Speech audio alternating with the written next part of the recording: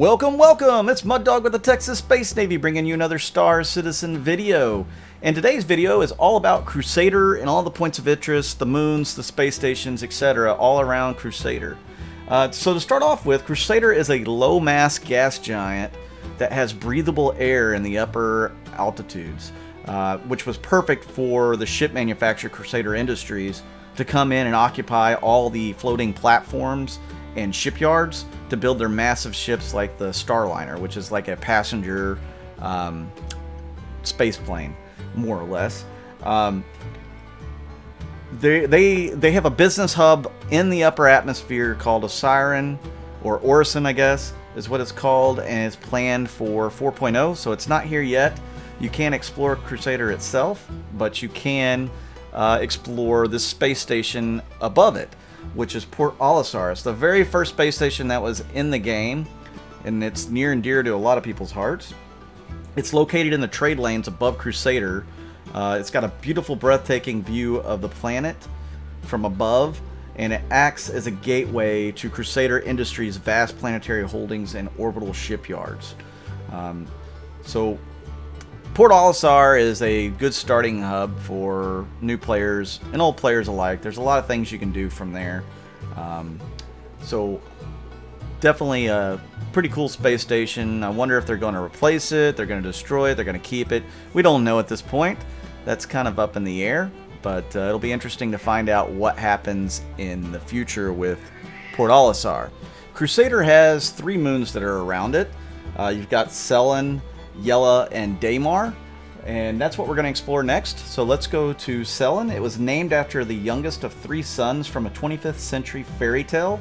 The moon features over 100 dormant volcanoes that are supposed to represent Selin's simmering anger. Selin is, it's got some pretty shady places on the planet. So, you know, if you're doing some of the shadier missions where you're delivering or picking up vice, Selin is definitely a place that you can do that.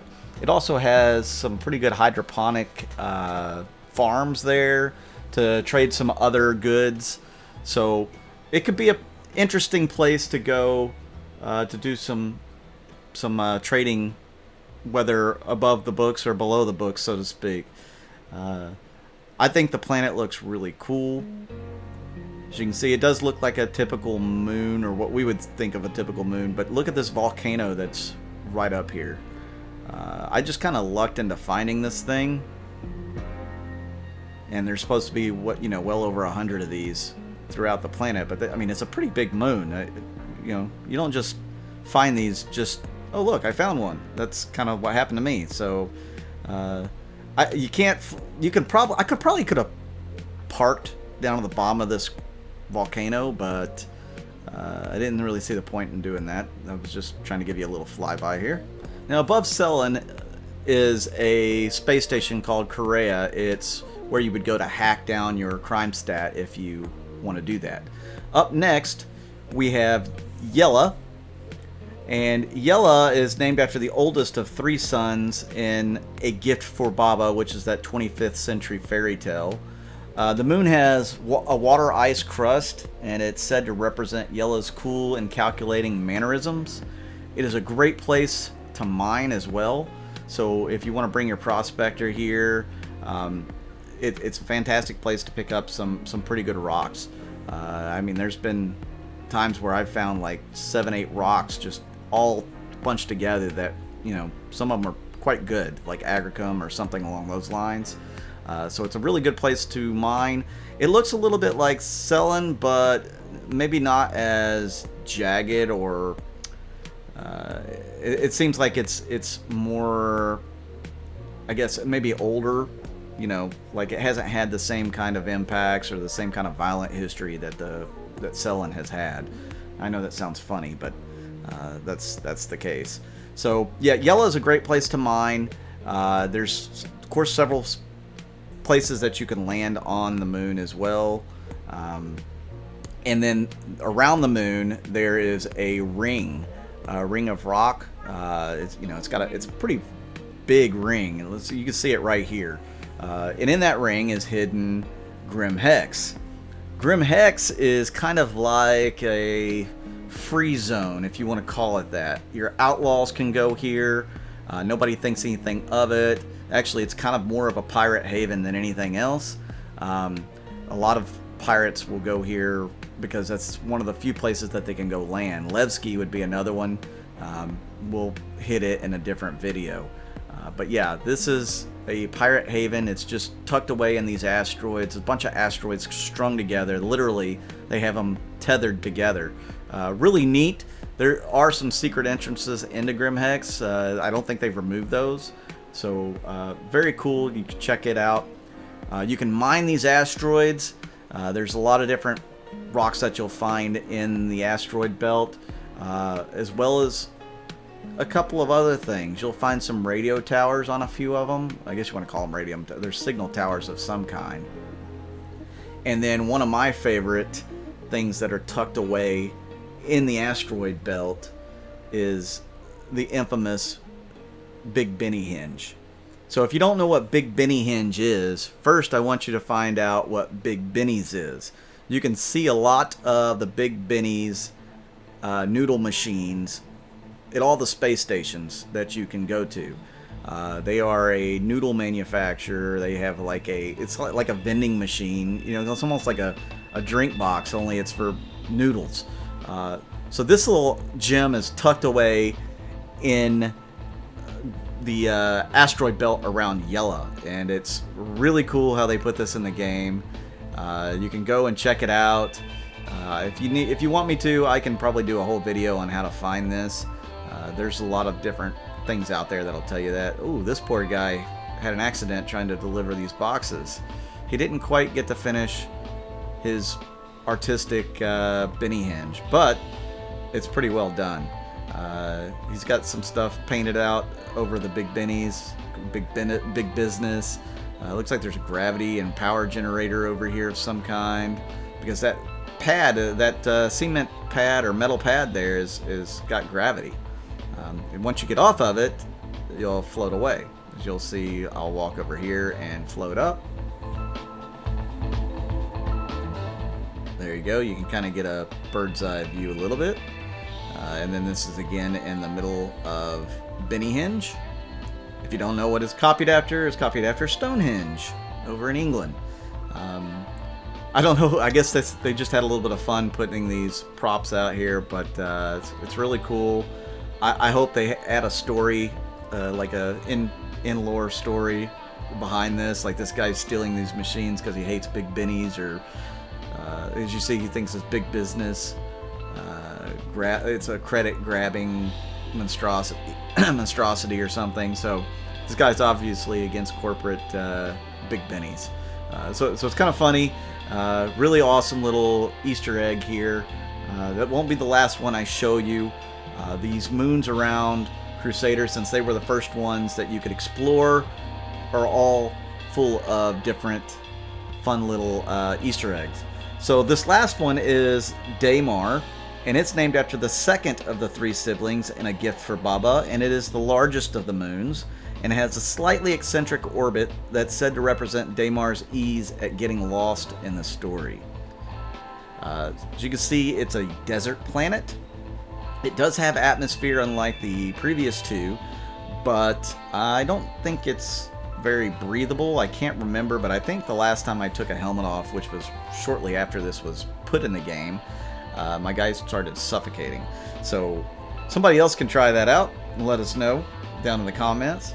But yeah, Damar is a big desert world, and it also hosts the Damar Rally, which is going to happen this weekend. And this gem here, this is the other Easter egg. It's one of my favorite Easter eggs. As you can see, this is a javelin destroyer. It's wrecked amongst the rocks on Damar. I don't know what it was doing here, but it's been here for a while. And the metal is strewn about. You'll see some other things now, other places that it's strewn about here in a minute. This is me running along the top of the javelin. I'm trying to give you a little bit of scale. This is part of the nighttime that I was here. It'll move into daylight eventually. So I'm sorry if this is really dark for you guys. but this ship is so massive, and players are going to be able to own these. It is so big, and this is just a broken up one. I realize it's spread out even further, but the scale of it is just huge. I can also do a video on how to find the javelin if you guys want that. Just leave something in the comments saying that, you know, that's something you'd like to see. Again, there's people out there that have already done some videos on this. It has changed location in 3.8 when Planetary Tech V4 came out compared to where it was previously. I know because I spent a better part of an hour trying to find it in the previous location, and I couldn't figure out why I couldn't find it. I had to do a little research then and found out that they have moved it. So congratulations to whoever figured that out and figured out where it was. I think it was easier to find in the previous location than it is now. But I also found it in the dark, and it is darn near impossible to find in the dark. It blends in so well with the rocks around it. Plus, Damar has a lot of sandstorms, and those sandstorms make visibility extremely difficult. Then you add that on top of finding it at night. It was a chore, a major chore. So I recommend, if you are looking for the Javelin wreck, that you try to do it in the daylight. So much easier. You can see much more of it in the daylight. As you can see, it's gone from night to day while I've been exploring it. So I kind of caught it during, dawn. And I have zoomed way out so you can get a sense of scale of this thing. It's going to be so much fun having a javelin and using it for an org. This ship is not going to be something that you can easily run by yourself with some NPCs. I am all about having some NPCs, crew my ships, but this is not one of them that you're probably going to want to do solo with NPCs. And the devs have even stated that it's going to take a little bit to upgrade this thing to its full military might. Because the versions that the players have been able to buy have been stripped of the military equipment. Now that doesn't mean that it doesn't have like civilian equipment or industrial equipment on there. I'm willing to bet it's going to have some sort of defenses, It's not going to be just a Hulk. At least I hope not. I hope they give it some weapons. I mean, the players have spent enough money on getting it. They should have some way to protect it. Yeah, it should cost a fortune to upgrade it. I'm okay with that. It's going to cost a fortune to upgrade any ship. And you guys can already start upgrading some of your ships in game and see that. I really hope that it comes with weapons and not completely stripped of everything. As you can see, I just fell into the bridge, which is really cool. You can actually get on the bridge. That is really cool. So you kind of get a view of the way it could be, if it wasn't a wreck. So let's go and take one more look at the Javelin as a whole here. And this is a great shot during the daytime, coming up over the mountain edge or the hill here. And you can just see the wreck all laid out in front of us. Guys, if you like this video, hit the like button, hit that subscribe button. I appreciate everybody who has been subscribing lately. I still have a lot of people that watch these videos that don't subscribe.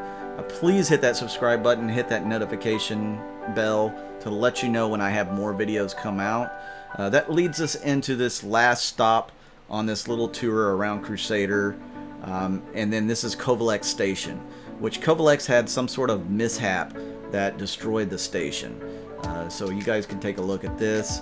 Guys, I'm Mud Dog. I appreciate each and every one of you. And I'll see you guys out in the verse.